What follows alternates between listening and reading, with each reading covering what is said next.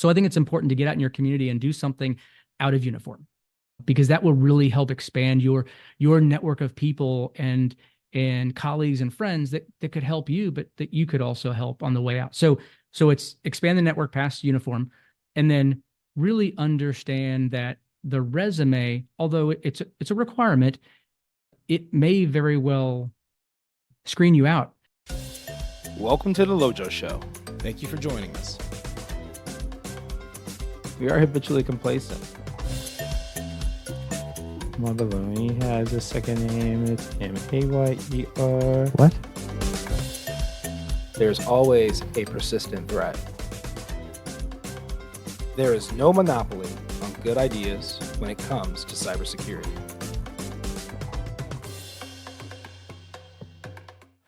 Welcome to the LoJo Show. I'm your host, Lovature Jones. I'm the founder and managing partner of BlackRock Engineering and Technology. I have over 22 years of cybersecurity experience, and I am honored to bring some of that experience to you. Today, we're excited to have a special returning guest, Jeff Worthington. Jeff is a seasoned professional in information technology and cybersecurity, boasting an impressive career in the military, and after he retired, his career has culminated to his current position as an executive strategist at CrowdStrike. Jeff is on a mission to help military members transition from service into the cybersecurity industry. If you want to listen to the first conversation we had with Jeff, just search the LoJo Show From Service to Cyber, and it will pop right up. With that, let's jump into the show. Hello, everybody, and welcome to the LoJo Show. We're here with our guest, Jeff Worthington. Jeff is from CrowdStrike, but he also has a huge interest in stuff too, and work within the veteran community as far as in upskilling and being able to do that transition from the military world and federal government world over to the commercial. So Jeff, welcome on board again. Hey, thanks, LoJo. Yeah, appreciate it. All right. So Jeff, man, exciting year. You were here a couple months ago, and we had a great discussion as far as on some of the things that you're doing with veterans and some of the work with cybersecurity. I know that's one of many. What have you been doing lately for the last couple of months? Yeah, absolutely. So I want, if it's okay, we could take a step back. You know, you mentioned cybersecurity and veterans, and I probably have discussions with vets 2-3 times a week. Those that are getting out or those that have already gotten out and just looking for advice. And one of the things that I did before I got out was I looked across the industry, and I really wanted to find something. I used the term recession proof, but I wanted to find an area that not only was I passionate about and allowed me to continue to serve like I did in the military for about 30 years, but also that I knew wasn't a luxury item anymore. And cybersecurity, one of the reasons I think it is so good for veterans is, one, you get to serve others and protect them, but it's not a luxury item. Everybody, you need a good national defense, and that's something that we have done for years when we're in uniform. But you also need a good cyber defense. Everybody needs that, and so I think it's a great transition for vets as they're getting out. But so what have I been doing? Well, this past year has been extremely fast and very busy. There's no shortage of breaches, and what I do inside CrowdStrike as an executive advisor is not only work with the product teams and the sales teams and help guide our strategy and direction we're going through, primarily in the public sector inside CrowdStrike, but externally with our partners, with prospects, with clients, on helping them navigate that. Very complex. Cybersecurity is complex. That's the enemy of cybersecurity, is the complexity, but navigating their cybersecurity journey. So as a trusted advisor, a trusted partner with them. And so it's been extremely busy with all the breaches we had for the past, few months since I've been here, whether it's the hospitality industry and MGM and Caesars we saw.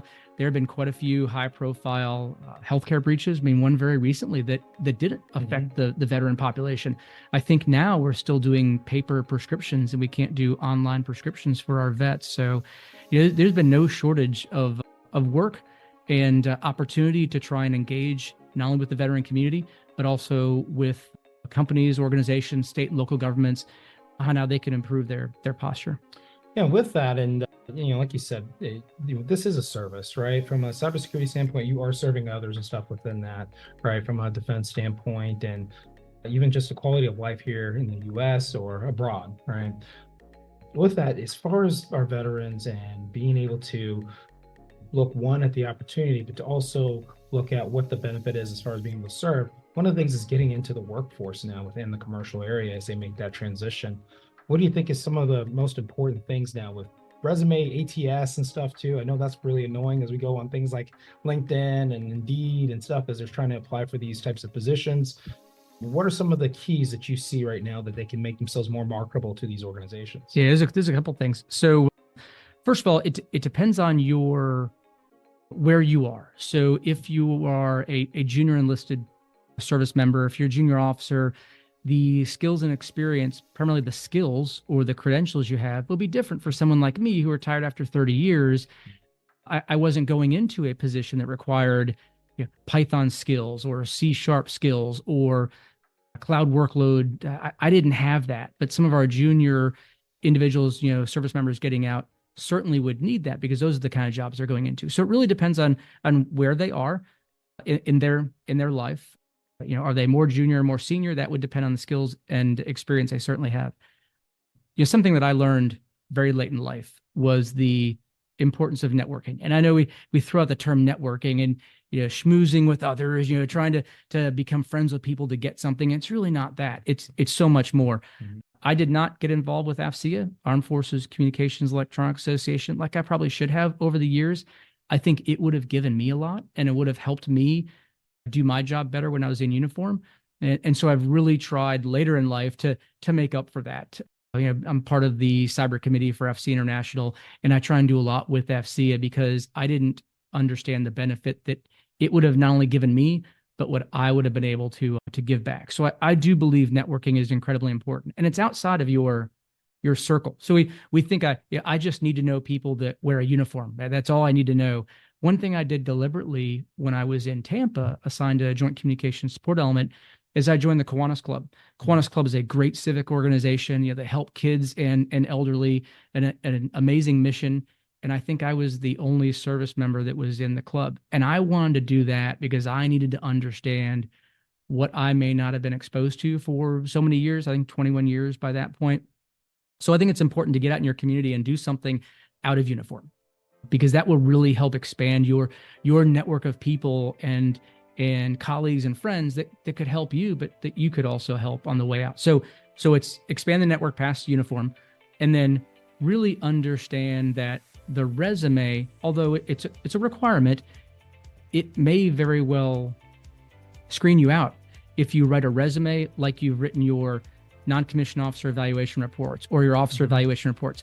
A resume doesn't look like an evaluation that we do every year, and it shouldn't just be a list of all your accomplishments. So it's really important that you engage with someone who's already out, someone like me who's helped people, massage their resumes a little bit, and I will give it to our HR department to help them fix it as well. You don't have to pay for a service. You have friends that are out there that can help you get a second set of eyes, someone that's been out for a couple of years, to really tweak the resume, because the resume could be a callback or no callback, just on how it's worded.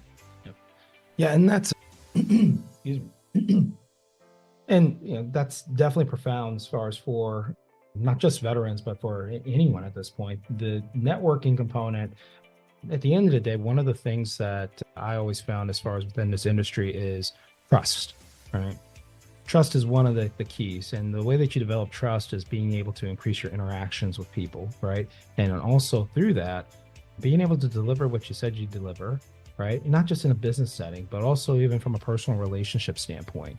And when I look at now how most recruiting is happening at this point, one, as far as with machine learning, as far as going through the resumes at this point, screening people out before you even get in front of a real person, right? And then basically you get that AI notice of, hey, thank you for applying to this job and stuff, but we were looking for talent over here. You're no longer in consideration of that, right? It's a very impersonal world when it comes to that, but there is still a personal part of that. So trying to get past that portion of the recruiting process and getting to the person so that you have the opportunity to present your skills, background, as well as even personality within this industry is kind of one of the keys here.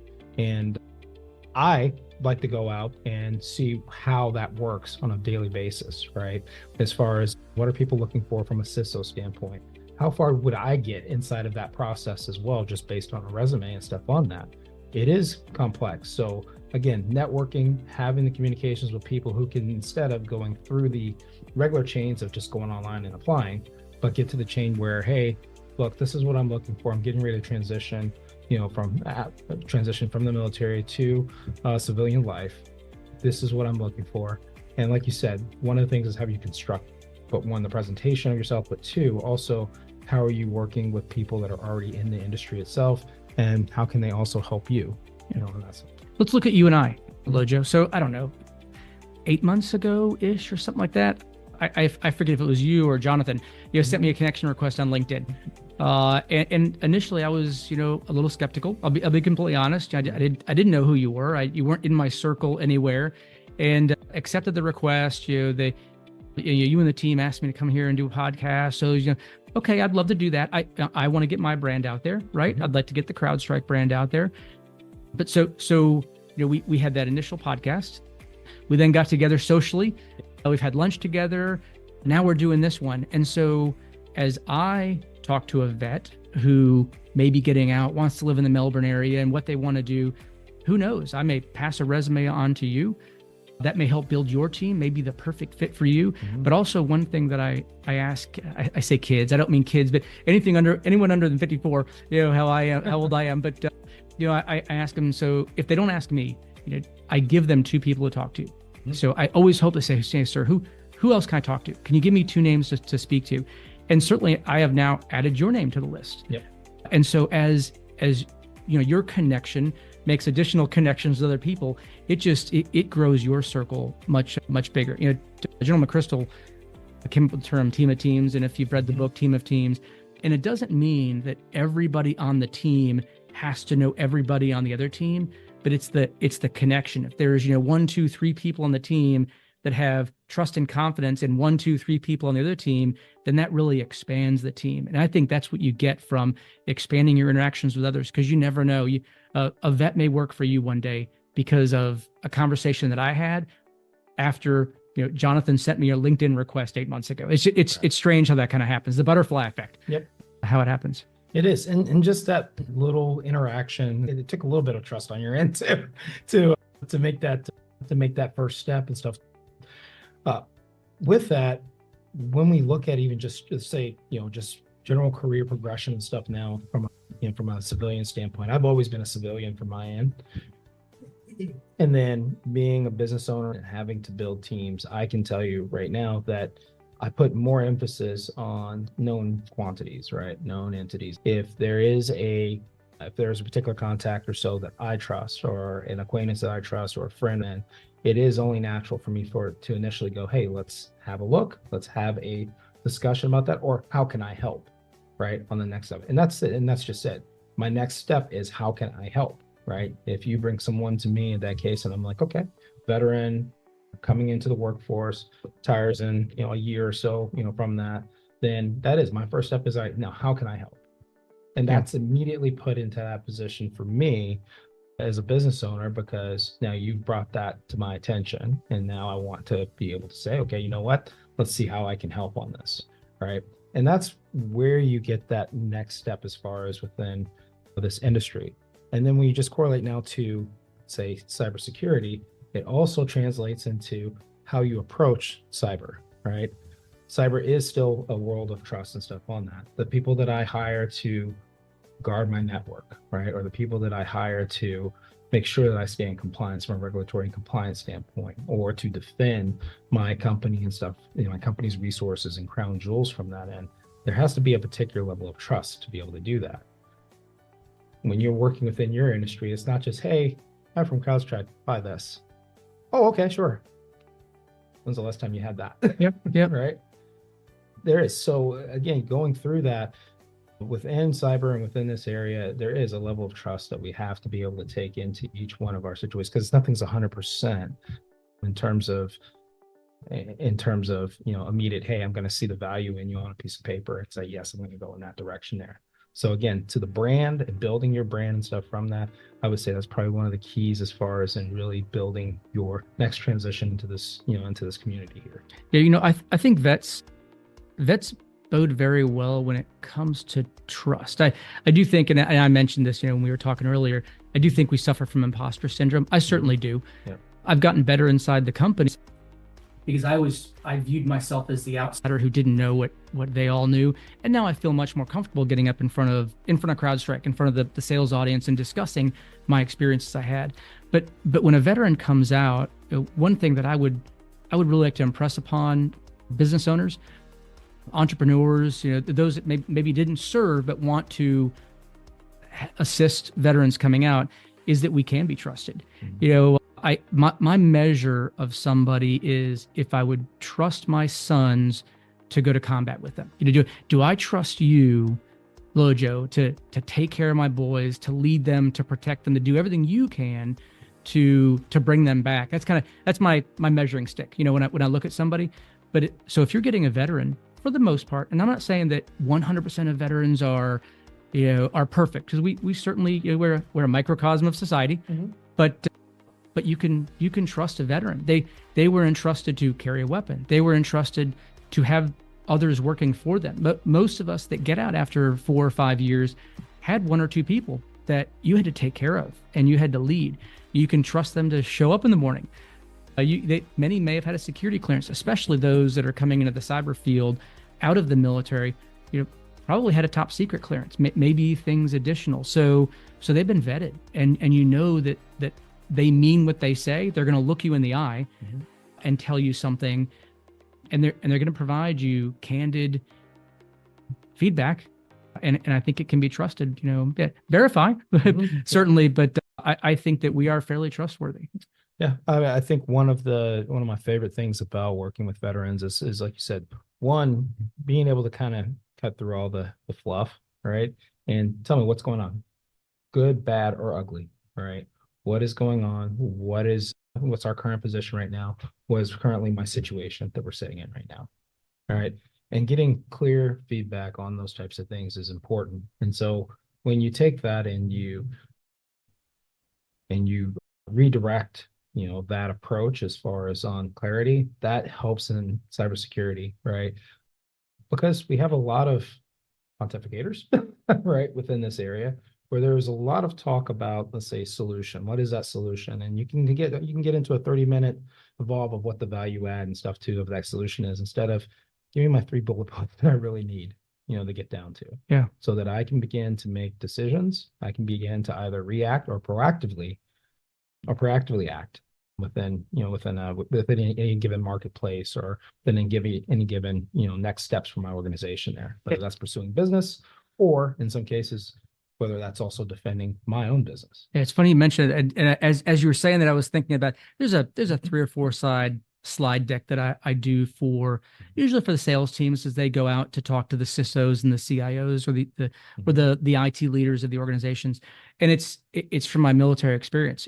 The situation. So this is what we're seeing today, and it's usually headlines and headlines that are relevant to that vertical or to that business. So the headlines of what is going on. It's the thing that will catch their eye. It's I don't know if I can swear, so I was almost about to swear there, but it's the so what, and then it's usually and here's how you are here, here's how we stand up, here's who's going against you, and here's how we stand up against that, and then it's here's how you can get better.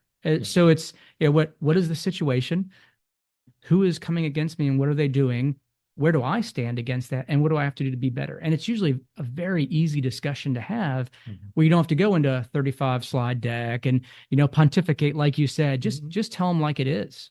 And I think people can understand that easier. Yep. And that's a challenge in our in our industry, right? Those 3 things you just mentioned, the follow-up question to the to the CISO or to the staff member that you're talking to with that organization would be, do you know your current do you know where you currently stand with this? Did you even know that this is who was doing that? If you didn't, then how can you find out? Yeah. Right. Yeah.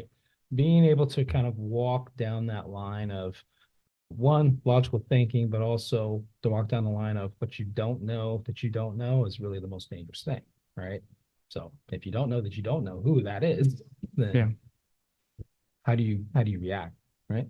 And just kind of dovetailing that into, the current outlook, when you guys look at the industry kind of as a whole right now, from a CrowdStrike standpoint now, what are some of the main things that you guys want to accomplish now and next steps as far as on what you're doing as an organization now? Well, so CrowdStrike has a mission and we're on a mission. So you say the main things, we want to stop breaches. That's all we're about, is stopping a breach. Okay.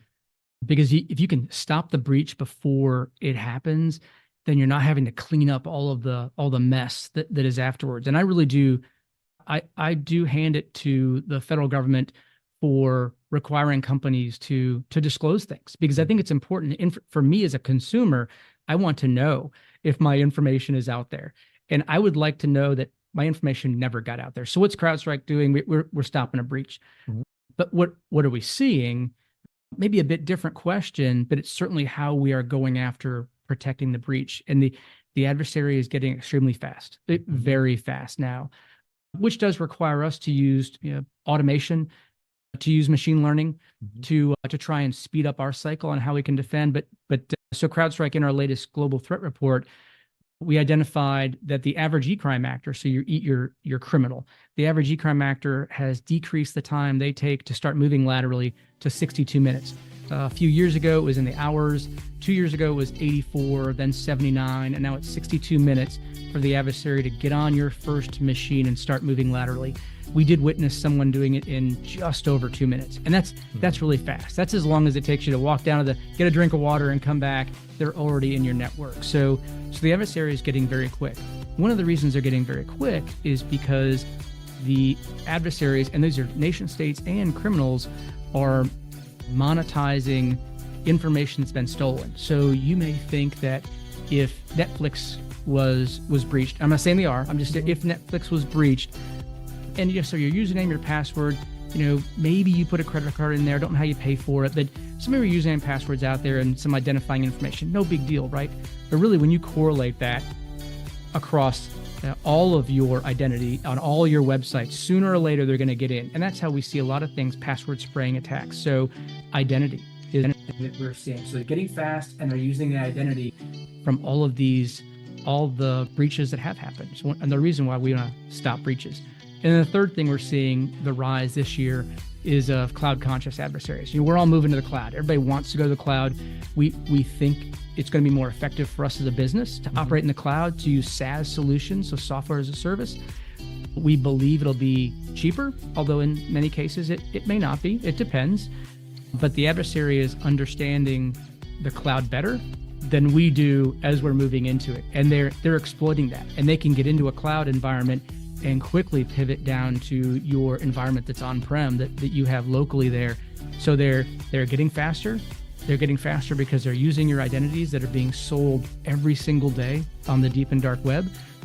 And they're exploiting our immaturity, maybe the wrong word. I'm not saying people or organizations immature, but our lack of a full understanding of how to implement cloud technologies, if that makes sense. Yep.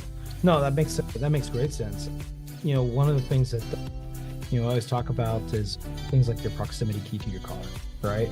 So used to be go to your car, take a physical key, put the physical key inside of the lock and unlock the car, right? Now you've got proximity keys, meaning that as you get closer to your car and you've got your fob or so from there, the car senses that signal, which is always transmitting, gets near your car and can open it, right? Now here's the other part. Now when it comes to theft, right? These guys walk to your house with another transmitter that strengthens that signal so that your car thinks that signal is even close to the car and they can just open your car. They take that same transmitter inside the car.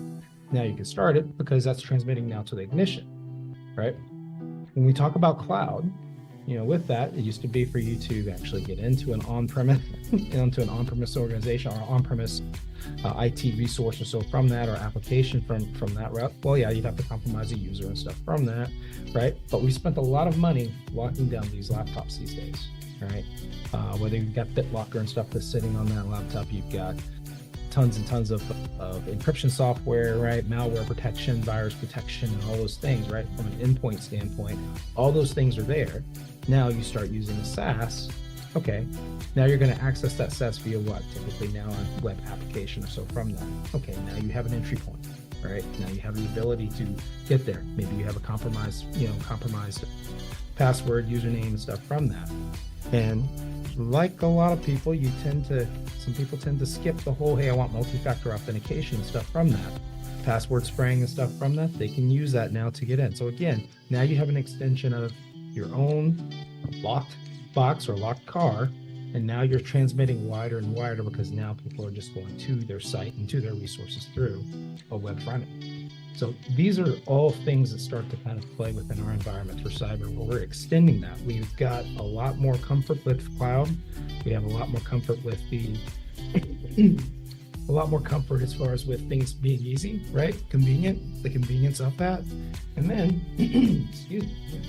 And then the dependence that we have now as far as on being able to quickly go to where we need to be from wherever we want to do it from. Our phone, our laptop, hotel phone, hotel, a hotel computer and stuff too that we used to go to and do our little plane tickets and stuff too.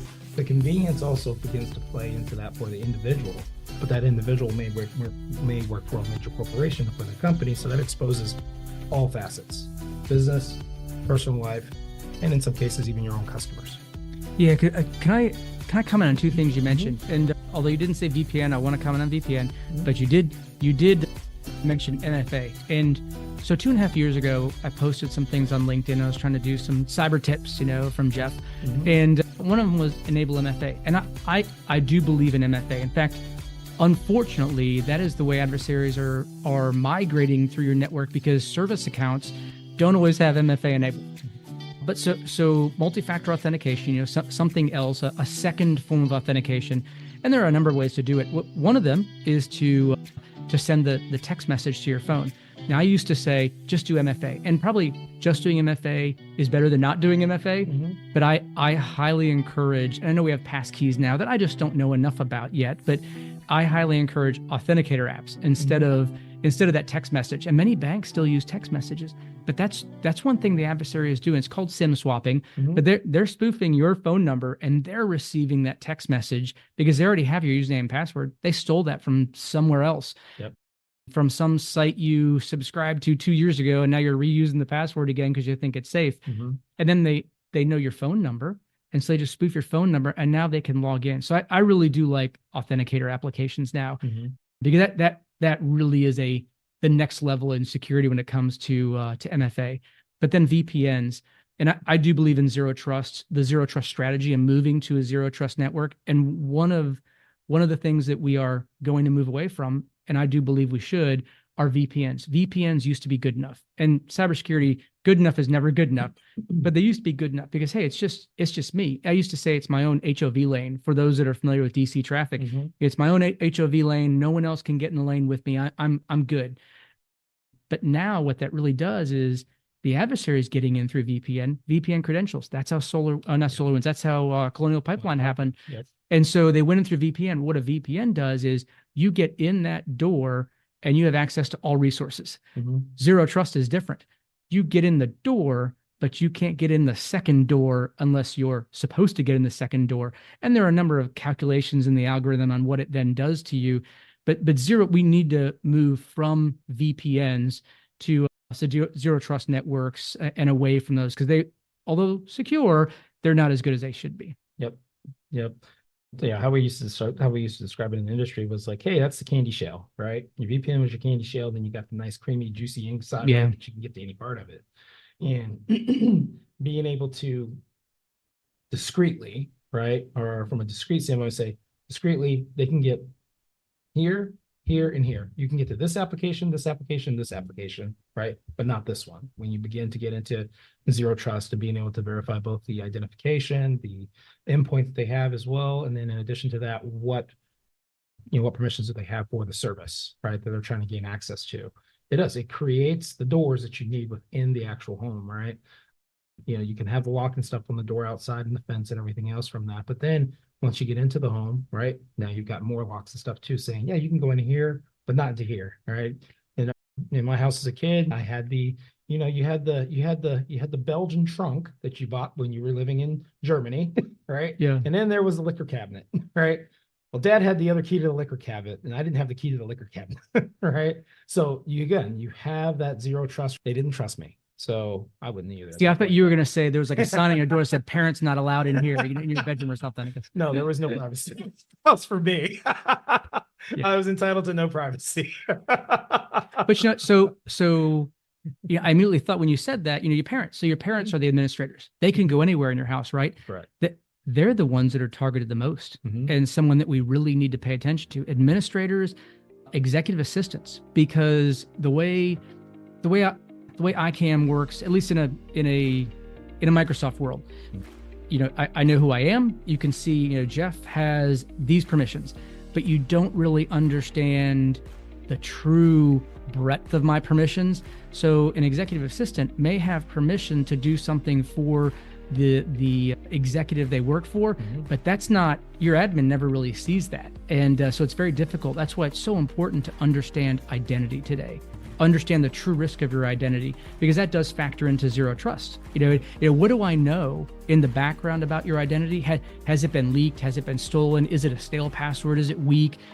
And that will prompt you for additional factors of authentication to prevent the adversary, because hopefully they don't have everything they would need to get in. Right.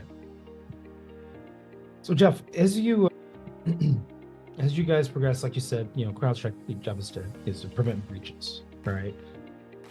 And when you guys are working with different organizations, or when you work with different organizations, what is really probably the number one misconception that, let's say, C-suites that are going to make decisions on how this happens, right? We talk about the CISO a lot, but the CISO is funded by the CFO, right? Yeah. The CFO is given authority and stuff by the CEO and the board. And basically that authority, and that permission and stuff from that comes from their understanding of what's the risk, what's the benefit, what does this mean to the business, right? These are things from a business standpoint that organizations face. What do you think is probably maybe 2 or 3 of the biggest obstacles now, as far as for those C-suites understanding what a CISO is trying to do in preventing breaches? So I think it's important you did mention that, because over the past, I'm going to say 10 years, it may just be 10 years, we have seen an up-leveling in the discussion on cybersecurity or cybersecurity and IT purchases. I think your CFOs, your CEOs now recognize it's a boardroom level discussion. Mm-hmm. It's not just IT guys buying IT stuff. They understand that it is part of their operations. Your COO is extremely concerned now. Of course, the CFO wants to reduce cost. The CEO wants to reduce their exposure on the New York Times, top of the fold. But they certainly don't want to be that. And so what we've seen now is I don't know if it's a concern or if it fully answers your question, but there is a discussion on the CIO, CISO, who they work for, don't work for. And for those of you on audio, you can't see what I'm doing with my fingers and moving them side by side. Yep. But so there's an up-leveling of the CISO rather than just working for the CIO. Mm-hmm. Some things may get filtered as they go to the board. And so your CISOs are getting up-leveled, certainly. And the CEOs now are learning some of the questions they have to ask. Whether it was just the CIO gets 2 minutes to present their case and that's it, they don't spend time on it. I do think now they're spending time on it. And CEOs are also willing to bring in external advisors to discuss cyber risk. Cyber insurance is a huge concern in companies. And there are a number of things you can do to reduce your risk, which also reduces the payments you're making for your premiums. And so it's now a boardroom level discussion, cybersecurity, whereas before it just was not. Yeah. And that's the other part. The other piece of it is that when you're dealing with an SEC company now, yep, right? Absolutely. The exposure that you have as a CISO as well within that, right? Because now there is personal accountability and stuff too for the CISO and both the decisions that are being made, their diligence and stuff within that, the reporting of that to third parties, in this case to the SEC, as well as all the other reporting entities and agencies too that are out there now. with that, how have you seen some of the CISOs that you guys are working with really begin to respond to this, in that process?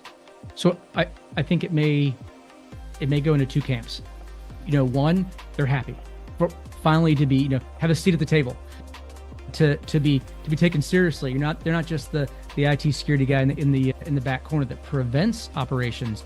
They're the IT security guy or gal in the corner that is enabling operations. So I think they're now viewed as an enabler, and they welcome that.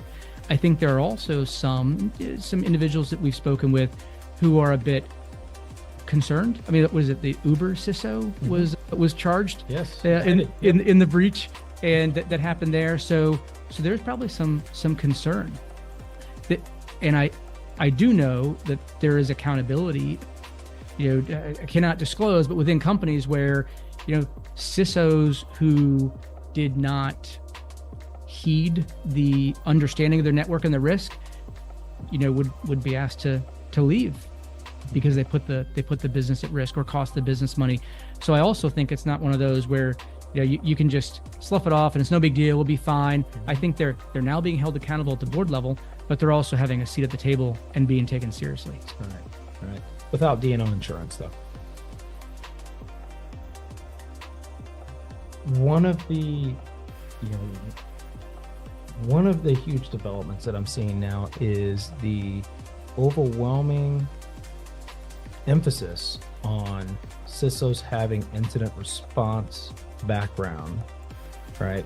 Being able to really clearly express, what do you do from an incident standpoint? How do you respond? How do you put in the apparatus within the organization to be able to detect and identify incidents, being able to report, right? Being able to recover and get to that resumption of business. Really, it's how do they create a resilient organization?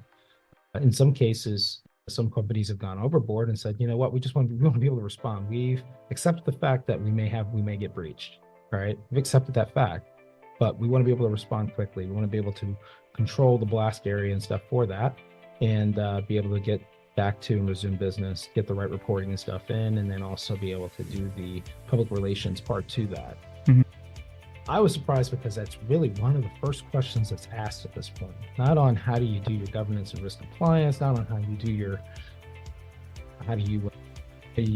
recruit and put the right people in the right place with the right background and expertise, but it's been an emphasis really on incident response. Is that something that you guys are seeing as well? Or? Absolutely. In fact, one of the questions that many of us on my team will ask is, do you have an IR retainer with somebody? Do you have somebody on call that's going to come help you in your worst day?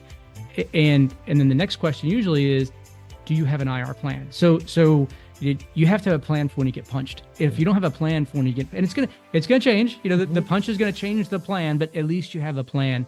There has to be that break glass book. And so I have seen the worst responses to an incident are from those organizations that have not planned for that. They have not sat and at least done a tabletop exercise and discussed, what would happen, even if you don't have that book that you need to dust off in case something happens. So yeah, the ones that do IR, that do incident response well and are planned for it, I think recover much quicker. The ones that already have a relationship with an organization that can assist with an incident response, because many companies, small, medium businesses, probably even some largest, they cannot conduct their own IR. They can't do their own incident response. You have to contract with an external firm. And it's so important to have that relationship with somebody before you have to have the relationship. Yeah. And so IR is extremely important because breaches are happening every day. They really are. And the companies that do incident responses are very busy. So it's always happy to have that understanding, and that relationship beforehand. Yep. Yeah, absolutely. The plans and stuff that are in place, a lot of organizations have what they call playbooks, right? Yep. Here's my playbook, here's what we're doing and stuff from that. From your company perspective at this point, and really you're working in this part of our industry and stuff too, being able to sense faster, respond quicker, right? And then also understand how that can be either controlled as far as in your, within the company network or company assets. What are some of the things that new and exciting things that CrowdStrike's doing as far as in that arena? inside the incident response arena. Inside the incident response arena with your technology. Yeah. So the sensor. So CrowdStrike's single agent, single sensor on the network that does a number of different things. Think of it like a Tesla, where you can turn features on and off without having to go back to the company and put new stuff on your car. And so the sensor is so powerful in the telemetry, the information that it is able to collect and then feed the AI algorithm. So that the number of algorithms that we have inside the company. CrowdStrike was formed 2011 as an AI incident response company. And so we've been baking that into the algorithms for so long. And it not only brings in the telemetry from other organizations across the globe to help in that incident response, because to do an incident response, you don't want to just re-image everything because you lose everything. Understand what has happened. And so what CrowdStrike does when we do an IR, especially if the sensor were already on there in some part of the network, and we do routinely see organizations that have CrowdStrike deployed in some places, but not in others, and a breach happens in another location, but we're able to get the information we need to really understand where the breach happened, and close the hole to prevent the bleeding, and then use the data that you've collected to understand what is affected. So it's like, instead of re-imaging, you're finding the bad parts of the cancer and pulling it out, and CrowdStrike does that very well. I do want to shift gears a little bit. You didn't ask the question, but let's talk about vets for a second. Yeah. This is where I think veterans benefit companies, more than almost anybody. Yeah, past 20 years or so have been fully engaged in many have seen combat. That's not the mark of a good or bad person. Many have seen combat. They've ideally dealt with some pretty difficult days in the military, learning things new. There'd been adversity. And so one thing when you get a vet is you get someone who has probably already had their worst day at some point in their career.